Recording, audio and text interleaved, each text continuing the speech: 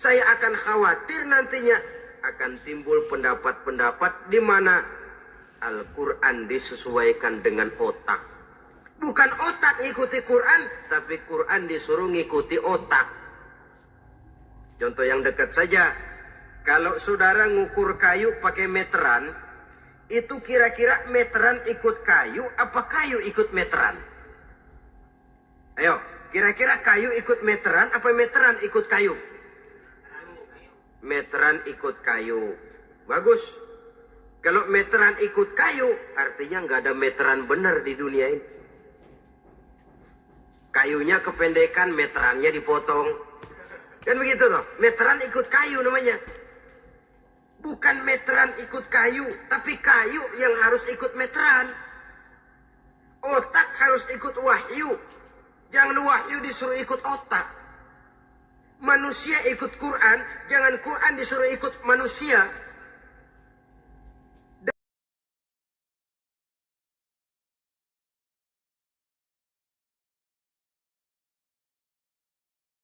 Dan kaum orientalis, ya, orang barat di luar Islam yang mendalami, mempelajari Islam dengan tujuan mencari kelemahan Islam untuk menghantam umat Islam.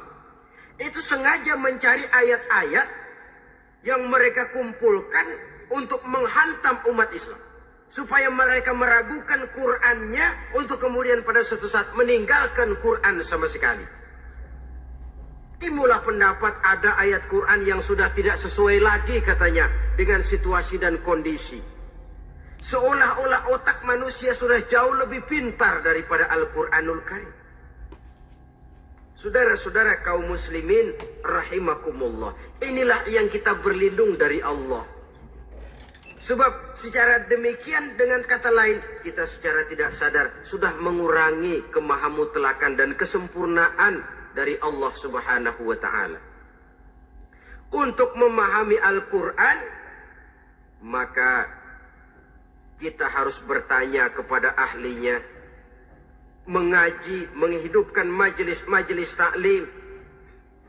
Jangan sampai Al-Quran menjadi awam di tengah masyarakat Islam sendiri. Ini jalan yang kedua, memahami isinya. Sehingga dengan demikian, manakala Al-Quran dibacakan orang, pemikiran kita tidak lagi terpusat kepada kemerduan suara orang yang membaca, tapi tertuju kepada isi yang dikandungnya. Sehingga dalam kondisi semacam itu, boleh jadi tiap kali dibacakan Al-Quran, nilai iman makin tambah. Kita dengar orang baca, Alam taro kaifa fa'ala rabbuka bi ashabil fil. Terbayang oleh kita bagaimana Raja Abrahat dengan pasukannya mau menghancurkan Ka'bah. Bagi Allah cukup menurunkan burung ababil, hancur lebur Abrahat, raja besar dengan seluruh pasukan gajahnya, berantakan dibuatnya cuma dengan burung ababil. Allah maha besar, Allah maha kuasa. Tambah iman. Kalau tidak, ya seperti yang banyak terjadi. Quran menceritakan azab, kita malah kesenangan. Walakum azabun alim. Kamu akan mendapat azab yang pedih. Kita teriak di pojokan, toyib, toyib. Allah, alhamdulillah. Digambarkan azab malah baik-baik. Bahwa kita suka, kita gemar kepada bacaan Quran dengan suara yang merdu, alhamdulillah. Akan lebih baik lagi kalau kita mengerti apa yang dibacanya. Sebab perintah membaca tersirat makna perintah untuk memahami. Perintah memahami tersirat makna untuk mengamalkan. Dengan kata lain, kita hanya bisa mengamalkan Quran dengan baik kalau kita mengerti isinya. Kita hanya bisa mengerti isinya kalau kita rajin membacanya. Baik membaca yang tersirat, baik membaca yang tersurat dengan petunjuk para alim ulama, para kiai, dan orang-orang yang ahli di bidang itu. Saudara-saudara kaum muslimin rahimakumullah, inilah jalan kedua. Upayakan memahami isinya. Hidupkan kajian-kajian agama. Hidupkan majelis-majelis taklim.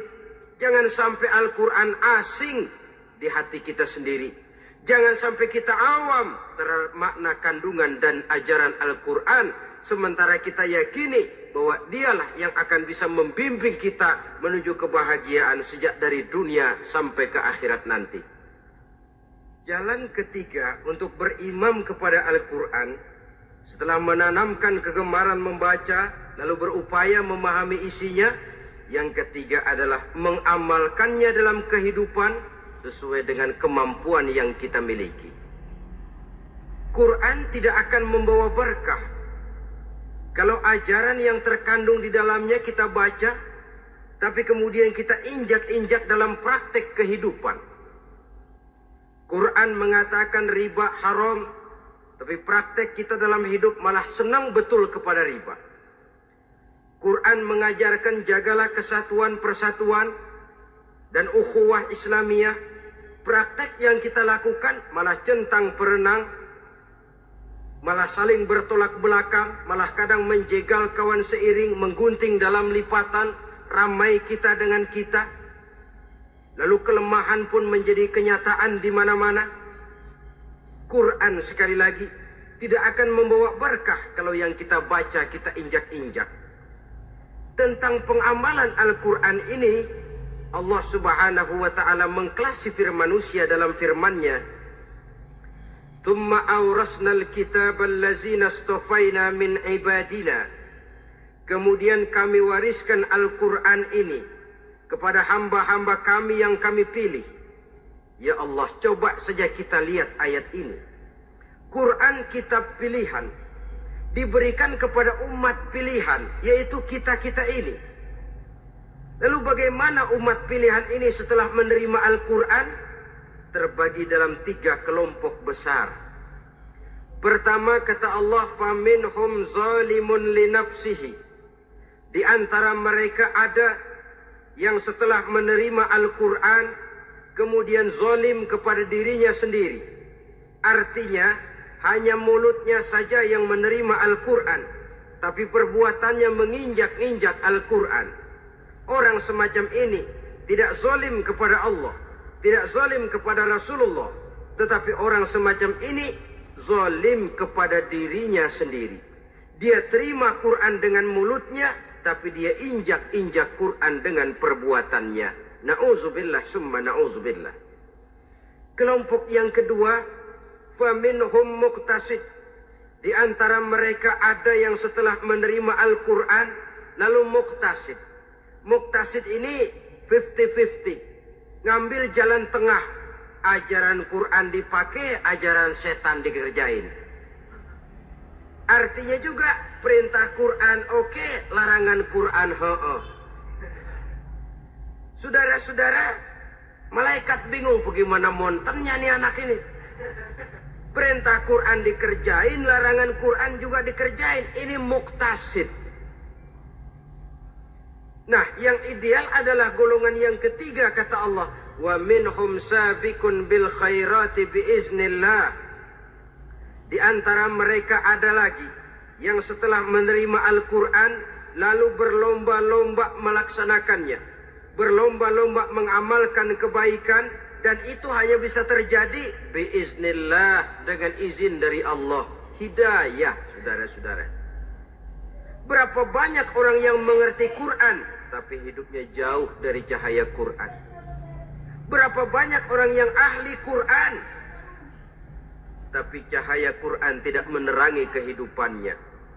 Berapa banyak orang yang ahli hukum tapi bingung, bikin bingung masyarakat dengan fatwanya. Saudara-saudara kaum muslimin, kenapa bisa terjadi? Itu tidak ada hidayah, tidak biiznillah, tidak ada izin dari Allah. Maka bisa membaca Quran, alhamdulillah. Bisa memahaminya, kita bersyukur kehadirat Allah. Lebih penting dari itu, kita mohon hidayah agar bisa mengamalkannya sesuai dengan kemampuan kita. Saudara-saudara kaum muslimin rahimakumullah. Mana yang lebih banyak di zaman kita sekarang ini? Kita bisa analisa. Ada yang menerima Quran hanya dengan mulutnya saja. Kalau ditanya, Tuhanmu siapa? Allah. Kiblatmu mana? Ka'bah. Saudaramu siapa? Umat Islam. Kitab sucimu apa? Quran. Kamu bisa baca? Enggak.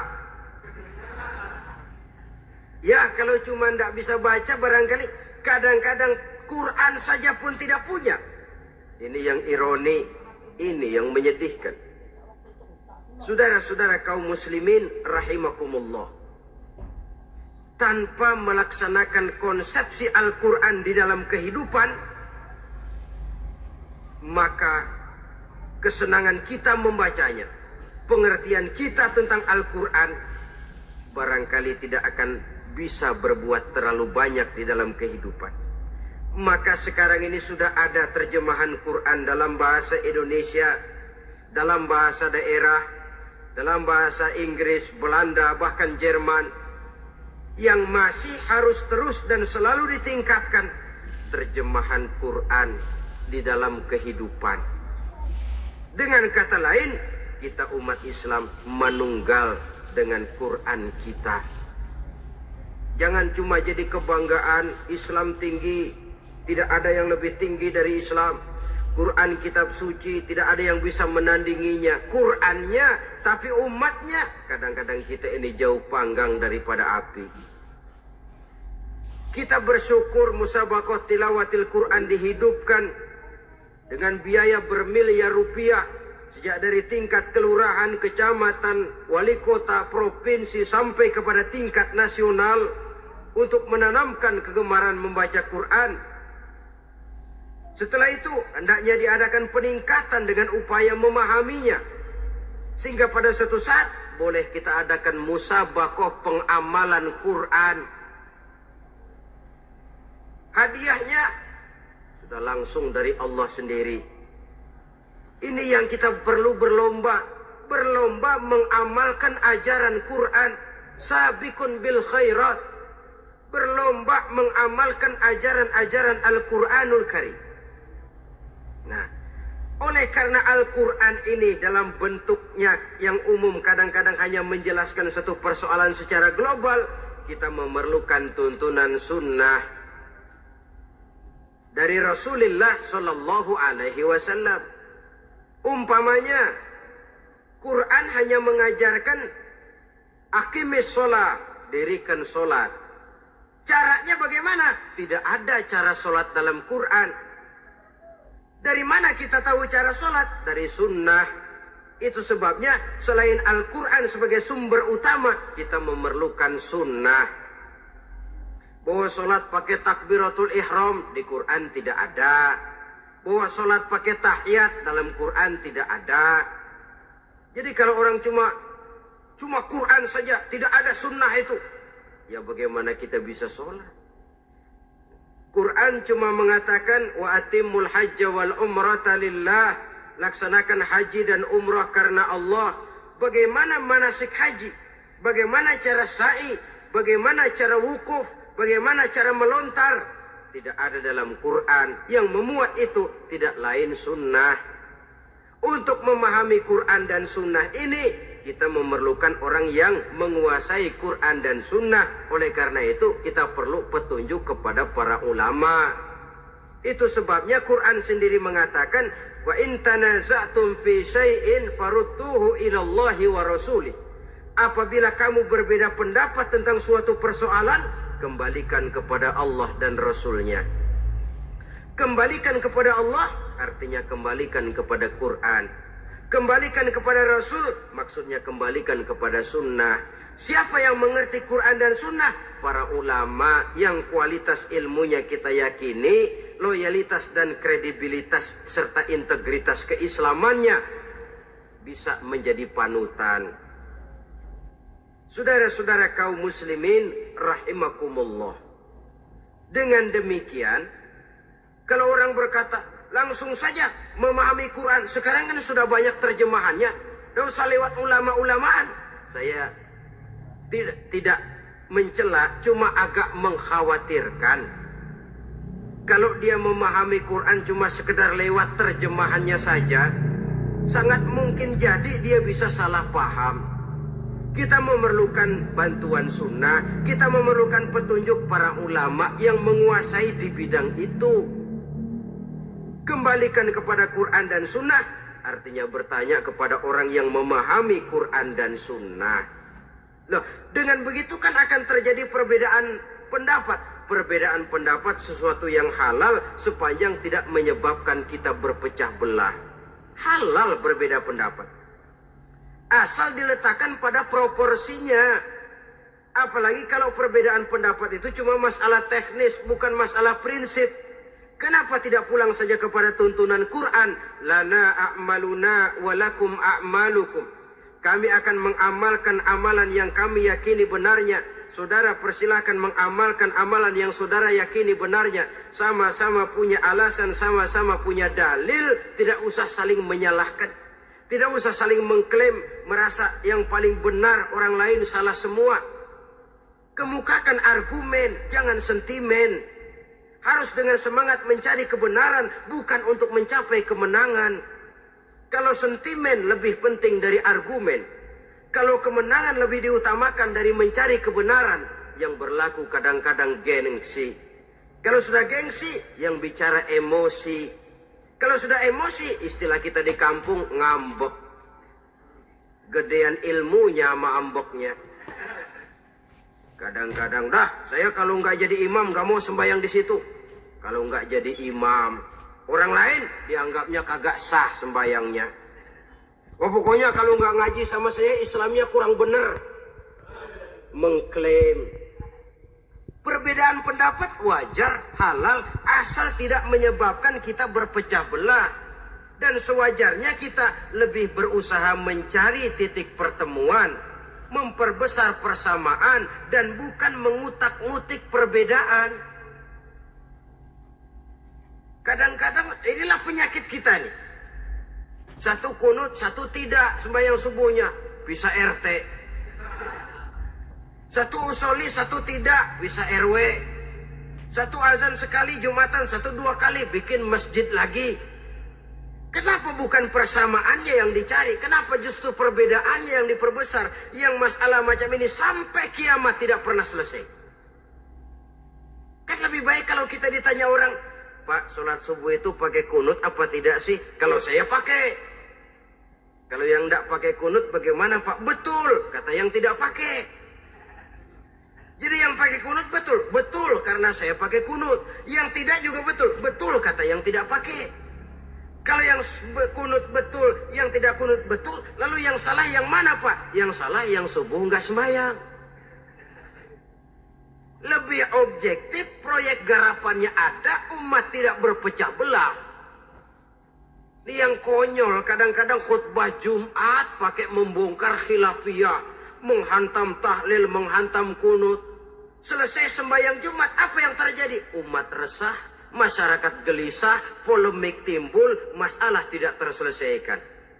Orang jadi khotib itu raja dalam mimbar Jumat. Siapa yang mau bantah dia? Kalau memang mau buka itu persoalan khilafiyah, buka dalam forum khusus. Adakan pengajian, jelaskan masalahnya secara luas, mendasar. Jangan mengklaim dan memponis. Berikan kebebasan kepada umat untuk menilai. Masalahnya selesai, yang tidak puas bisa bertanya. Saudara-saudara, sudah lewat masanya kita meributkan soal itu. Sudah datang waktunya di mana kita lebih mementingkan dan membicarakan masalah-masalah yang lebih mendesak dihadapi oleh umat. Kemiskinan misalnya, kebodohan misalnya, keterbelakangan umpamanya, peluang untuk mendapatkan pendidikan yang layak bagi anak-anak kita yang berotak cerdas tapi tidak punya kemampuan ekonomi umpamanya. Itu akan lebih objektif ketimbang kita membicarakan masalah-masalah yang sampai kiamat tidak akan pernah selesai. Yang hanya akan menyebabkan kita menjadi lemah, persatuan koyak, solidaritas sosial lalu menurun, saling curiga menjadi tumbuh karenanya, dan pada akhirnya kita tidak akan pernah bisa berbuat banyak. Untung kalau tidak menjadi tertawaan bagi orang yang berdiri di luar pagar. Saudara-saudara kaum muslimin rahimakumullah. Sekali lagi, Al-Quran tidak akan membawa berkah kalau yang kita baca, kita injak-injak. Oleh karenanya, untuk berimam kepada Quran ini, sekali lagi pertama, tanamkan kegemaran membaca. Yang kedua, upayakan memahami isinya melalui bimbingan orang yang ahli bidang itu. Yang ketiga, amalkan sesuai dengan kemampuan. Sebab itu ada prinsip, kalau isi suatu hadis nampaknya bertentangan dengan otak, kesohihan hadis itu boleh diperiksa. Tapi kalau ayat Quran nampaknya bertentangan dengan otak, otaknya yang harus diperiksa. Jangan Qurannya lalu disesuaikan dengan otak. Sebab kalau kita sudah berani berteori, ada ayat Quran yang tidak sesuai dengan keadaan. Ayat yang mana? Yang ini. Tahun depan tambah lagi. Tahun depan tambah lagi. Makin lama makin habis Al-Quran itu. Yang perlu diperbarui cara kita memahami Quran. Bukan dengan mengemukakan teori ayat Quran kehilangan relevansi. Cara kita memahami barangkali yang kurang relevan. Dalam situasi, dalam konteksnya dengan situasi dan kondisi. Jangan lupa, Al-Quran ini kan untuk semua umur. Dia bisa dipahami secara filosofis, dia bisa dipahami dengan kacamata orang awam. Tingkat kemampuan berpikir orang tidak semuanya sama. Kalau semua orang kita mau ajak berfilsafat, merenung dalam-dalam, menerawang tinggi-tinggi, ialah buat mereka yang terjangkau oleh perguruan tinggi. Tapi buat saudara-saudara kita, pedagang-pedagang kecil, petani di desa-desa terpencil, remaja-remaja yang jauh dari sentuhan teknologi canggih, sanggupkah mereka berpikir filosofis? Sementara mereka merupakan bagian terbesar dari kondisi umat ini. Saudara-saudara kaum muslimin, oleh karenanya ditentang membaca, memahami dan mengamalkan, Rasulullah Shallallahu Alaihi Wasallam pernah memberikan sugesti. Beliau bersabda, "In aradtum aisha su'ada, apabila kamu menginginkan kehidupan yang bahagia, hidup seperti hidupnya orang-orang yang bahagia." Dan tentu ini keinginan kita semua. Wa mautas syuhada, dan menginginkan mati sebagai matinya para syuhada, para pahlawan pembela agama, orang yang mati syahid. Wah, ini sudah tidak duanya ini. Hidup mulia, mati syahid. Dapat dua-duanya. Wan najata yaumal hasyri, dan ingin mendapat keselamatan pada hari hasyar, hari pengumpulan manusia di padang mahsyar. Wazilla yaumal harri, dan mendapat perlindungan dari Allah pada hari yang sangat panas. Wal huda minad dhalalah, dan mendapat petunjuk dari kesesatan. Nah, ini keinginan semua orang. Kan yang kita cari apa sih? Hidup bahagia. Biar ndak kaya asal bahagia, sudah enak. Lalu apa lagi? Matinya sebagai syahid. Kemudian di hari pengumpulan nanti mendapat keselamatan. Lalu pada saat orang lain kepanasan kita mendapat perlindungan. Kemudian orang lain kebingungan kita mendapat petunjuk. Kalau ini yang diinginkan kata Nabi, resepnya fa'adimu qiraatal Quran. Maka lazimkan, biasakan olehmu membaca Quran. Tidak ada terlambat. Idealnya memang dari kecil, sebab lidah kalau sudah kaku berat. Disuruh baca innallaha laghaniyun hamid. Lidahnya berat, innallaha lampuniyun hamid. Lampuniyun. Laghaniyun jadi lampuniyun. Lidah itu kalau sudah berat ya memang berat. Disuruh baca ya bani Israel. Lidahnya berat, ya bini Siroil. Jadi ya bini Siroil. Saudara-saudara, idealnya memang dibiasakan dari kecil supaya lidah itu ringan. Kalau tidak ada istilah terlambat. Saya malu pak, belajar alif-alifan udah gede. Ya jangan alif-alifan, alif beneran. Alif-alifan kapan bisanya? Alif beneran yang dipelajari. Tidak ada istilah terlambat, tidak ada istilah malu untuk belajar Al-Quran ini. Saudara-saudara kaum muslimin rahimakumullah. Ini sugesti untuk menanamkan kegemaran membaca. Lalu sugesti untuk memahaminya, tentu banyak ayat, banyak hadis. Mengapa tidak di antara kamu sekelompok orang yang berangkat untuk memperdalam, memahami agama? Falaula nafara min kulli firqatin minhum ta'ifatun liyatafaqahu fid din.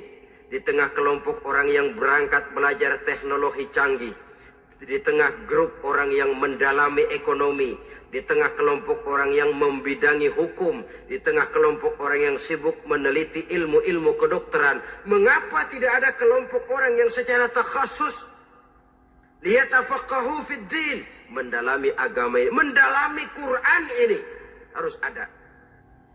Lalu sugesti untuk mengamalkan Al-Quran kelihatan dari peringatan Allah yang kita bisa temukan pada surah Toha ayat 124 sampai dengan 127. Wa man a'rada an zikri, barang siapa yang berpaling dari peringatanku, kata Allah, barang siapa yang berpaling dari Al-Quran ini, dia terima Al-Quran, dia imani Quran, tapi dia berpaling dari ajarannya, dia injak-injak apa yang seharusnya dia amalkan, dia perturutkan hawa nafsunya, maka kata Allah, fa inna lahu ma'isyatan dhanka, dia akan diberikan satu penghidupan yang sempit. Inna lillahi wa inna ilaihi raji'un. Diberikan hidup yang sempit. Kalau hidup sudah terasa sempit, bagaimanapun luasnya rumah, sempit.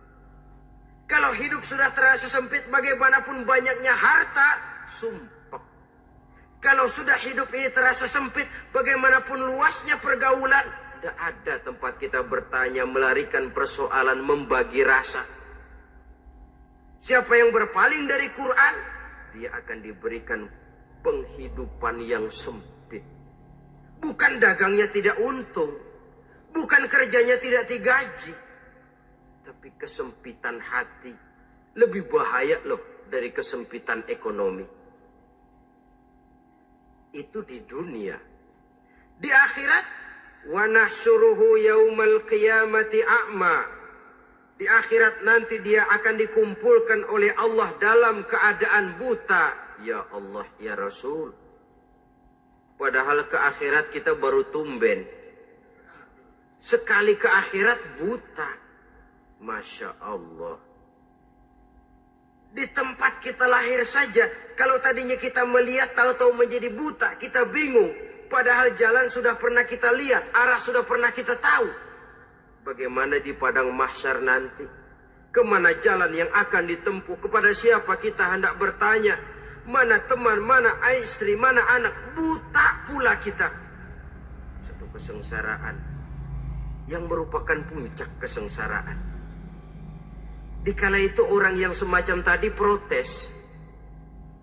Rabbi, lima hasyartani a'ma wa qad kuntu basira. Wahai Allah, kenapa hari ini saya dikumpulkan dalam keadaan buta? Padahal ketika di dunia dulu saya melihat, saya menyaksikan gunung yang menjulang tinggi ke angkasa.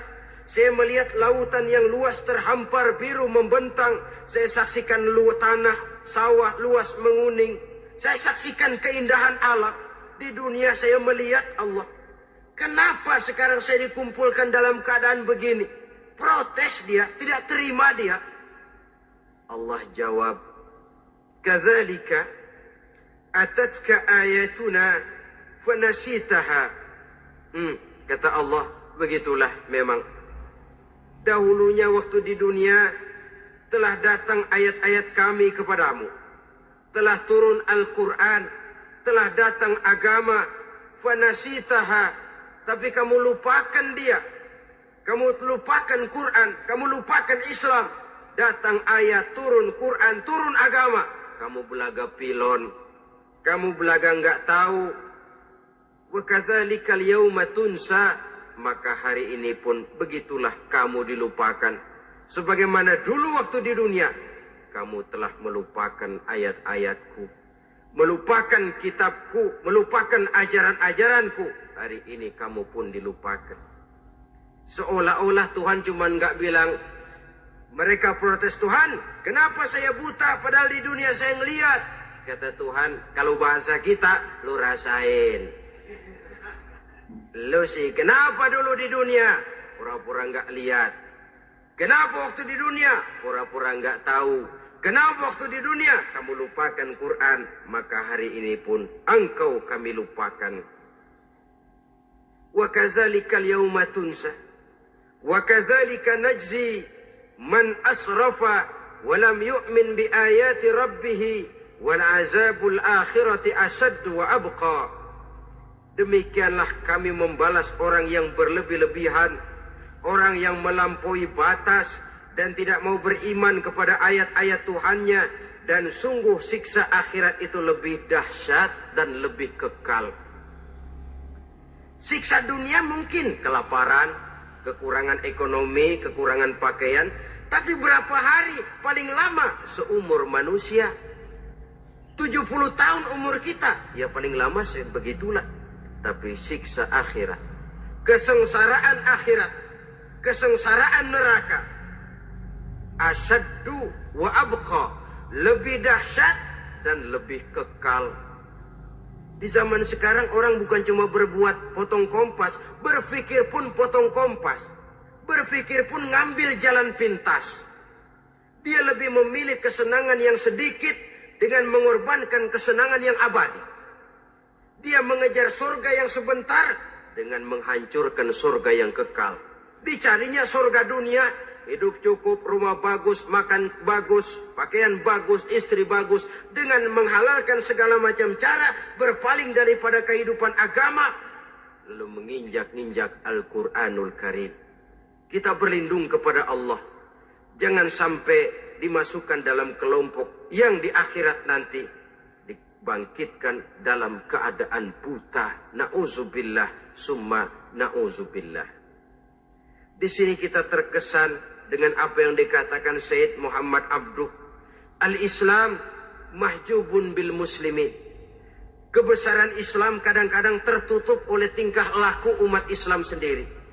Keluhuran dan kesempurnaan Al-Quran tertutup oleh kebodohan umat Islam. Sedangkan untuk mengungkapkan rahasia Al-Quran ini diperlukan keahlian yang kompleks.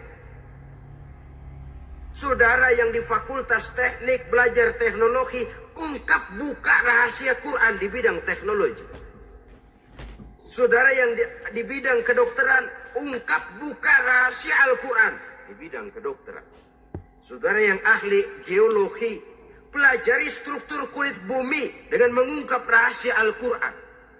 Sehingga pengkajian kita tentang teknologi, pengkajian kita tentang angkasa luar, pengkajian kita tentang anatomi manusia akan berakhir kepada subhanaka ma khalaqta hadza batila. Ya Allah, tidak satu pun yang engkau ciptakan ini sia-sia. Perut bumi mengandung minyak, timah, kekayaan yang berharga untuk manusia. Mempelajari angkasa luar bisa memahami musim dan menyelamatkan manusia. Mempelajari rimba belantara, teknologi canggih, akhirnya akan memperkuat nilai-nilai iman. Menerjemahkan ajaran Quran lewat disiplin ilmu yang kita kuasai masing-masing, untuk kemudian bekerja sama bahu-membahu dalam rangka mengimani Al-Quran, mengamalkan Al-Quran, dan mengawal keluhuran Al-Quranul Karim yang atas dasar tuntunannya kita hidup, untuknya kita berjuang, dan dalam bimbingannya kita ingin kembali menghadap Allah Subhanahu wa Ta'ala. Inilah pertemuan yang singkat ini. Mudah-mudahan kita diberikan kekuatan oleh Allah untuk berimam kepada Al-Quran, menjadikannya sebagai pedoman utama di dalam kehidupan kita. Terima kasih atas segala perhatian. Mohon maaf atas segala kekurangan. Usikum wa nafsi bitaqwallah. Wassalamualaikum warahmatullahi wabarakatuh. Waalaikumsalam.